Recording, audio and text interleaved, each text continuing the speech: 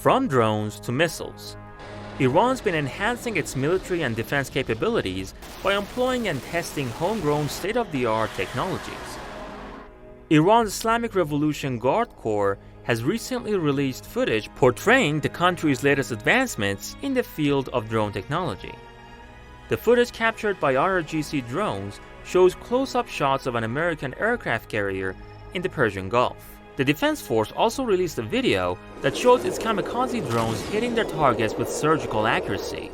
Meanwhile, the head of the U.S. Central Command, which oversees the American forces stationed in the West Asia region, revealed to the U.S. Congress that Iranian drone power has stripped the American Air Force of what the commander called its upper hand in the world. General McKenzie made the comments in written testimony to the House Armed Services Committee, in which he noted how Washington was daunted by Iran's far and wide application of small and medium-sized drones for surveillance and attacks. The top general said Iran's ballistic missile force is the most formidable in the region. This is something that is going to be very troubling to U.S. government officials because they certainly don't want anybody to have major power except for themselves and some of their allies such as Israel in the Middle East. But as far as the U.S. finally conceding that its power is limited, it's going to take a long time for them to actually recognize that, to face that reality. They're going to work hard to overcome it, spending more money than they already spend on the military. And right now, the U.S. spends more on its military than the next 10 nations combined. So it's going to be another kind of arms race. And it will not have a good outcome at all.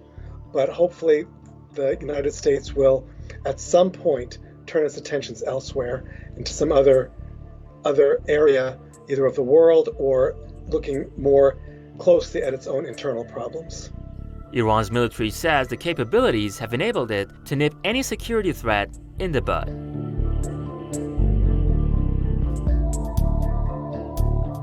I am announcing today that tensions between Iran and the United States escalated after former U.S. President Donald Trump unilaterally withdrew Washington from the 2015 Iran nuclear deal in 2018 and launched his so-called maximum pressure campaign, reinstating sanctions against Tehran and ramping up its military presence in the West Asia region.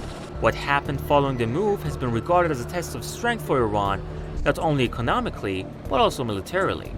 One instance proving Iran's military advancements occurred on June 20, 2019, when Iran's Islamic Revolution Guard Corps shot down an intruding United States RQ-4A Global Hawk spying drone with a surface-to-air missile over the Strait of Hormuz. Iran has repeatedly said its military capabilities are merely for the defensive purposes and has called for regional cooperation to ensure peace in the Persian Gulf region. In this regard, Iranian President Hassan Rouhani presented a plan dubbed the Hormuz Peace Initiative or HOPE, which aims at establishing long-term peace in the region, an issue that Iran says is impossible as long as outsiders are present. This will happen eventually. More and more nations will see that they can rely on Iran. Iran has the strength, Iran has the will, and Iran is looking for peace in the Middle East. The United States is not looking for peace in the Middle East. It has no interest in peace in the Middle East, which is one of the many reasons why the Iranian government will not work with the United States. Iran is a force to be reckoned with, and the United States has just recognized that in a major way. But what does the U.S. recognition of Iran's military power amid its waning presence in the region mean for Washington? Only time can tell.